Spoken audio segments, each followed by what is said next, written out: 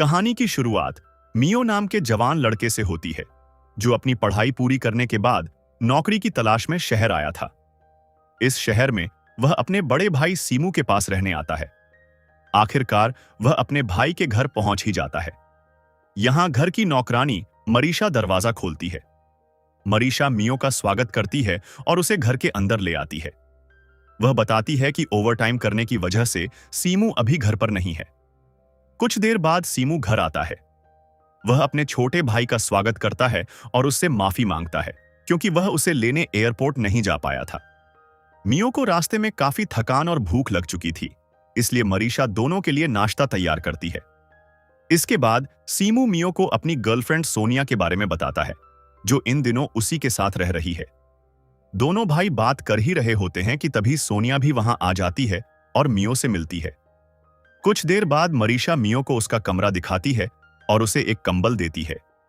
मियो कहता है कि यहां पहले से ही गर्मी है, इसलिए उसे कंबल की जरूरत नहीं। मरीशा कहती है कि अगर कुछ चाहिए हो तो बता देना।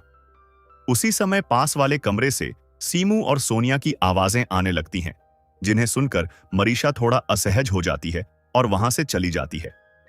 अगले दिन सीमू मियो को बाहर खाना खिलाने ले जाता है और कहता है कि कुछ ही दिनों में उसकी नौकरी लगवा देगा। जब मियो घर लौटता है तो उसकी नजर अपनी पड़ोसन लिविया पर पड़ती है। लिविया घर का सामान लेकर आई होती है। मियो को उसे देखते ही पसंद आ जाता है। उधर लिविया घर के अंदर जाती है और सामान रखते समय उसे अपने पति शॉन का फोन आता है। शॉन बताता है कि वह रात को जल्दी घर आएगा। फोन खत्म होने के बाद उसकी नौकरानी उसे एक लिफाफा देती है। लिविया ने राशन के साथ एक इंजेक्शन भी खरीदा होता है, जिसे वह अपने कमरे में रख देती है। इधर मियो मरीशा से लिविया के बारे में पूछता है। तभी सीमू वहां आ जाता है और मियो को समझाता है कि लिविया शादीशुदा है, इसलिए उससे दूर रहना ही बेहतर है। रात को मरीशा अपने घर जाने लगती है और मियो को जगा देती है ताकि वह दरवाजा बंद कर सके। जैसे ही मियो बाहर आता है, उसकी नजर शॉन और उसके बॉडीगार्ड हैरी पर पड़ती है, जो अभी अभी घर आए होते हैं। धीरे धीरे दिन बीतते हैं। सीमू मियो की मुलाकात सोनिया की सहेली रीना से करवाता है, ताकि उसका ध्यान कहीं और लग सके। मियो और रीना के बीच दोस्ती हो जाती है। दूसरी तरफ शॉन और लिविया के रिश्ते में दूरी साफ नजर आती है। कुछ दिनों बाद शॉन काम से एक हफ्ते के लिए बाहर चला जाता है। घर की नौकरानी भी छुट्टी पर चली जाती है। अब लिविया घर में अकेली रह जाती है। इसी दौरान मियो और लिविया के बीच बातचीत शुरू होती है। एक दिन लिविया के घर की लाइट खराब हो जाती है और वह मियो से मदद मांगती है। मियो उसकी मदद करता है। लाइट ठीक होने के बाद लिविया उसे कॉफी पिलाती है और उसका नंबर ले लेती है। धीरे धीरे दोनों के बीच नजदीकियां बढ़ने लगती हैं। लिविया अपनी परेशानियां मियो को बताती है कि उसका पति उसके साथ अच्छा व्यवहार नहीं करता। एक दिन लिविया मियो को एक खतरनाक योजना बताती है। वह उसे एक जहरीला इंजेक्शन दिखाकर कहती है कि वह अपने पति से छुटकारा पाना चाहती है। यह सुनकर मियो डर जाता है और वहां से चला जाता है। लेकिन शॉन के आदमी उस पर नजर रख रहे होते हैं और उसकी वीडियो बना लेते हैं। अगले दिन वे मियो को पकड़ लेते हैं और शॉन के पास ले जाते हैं।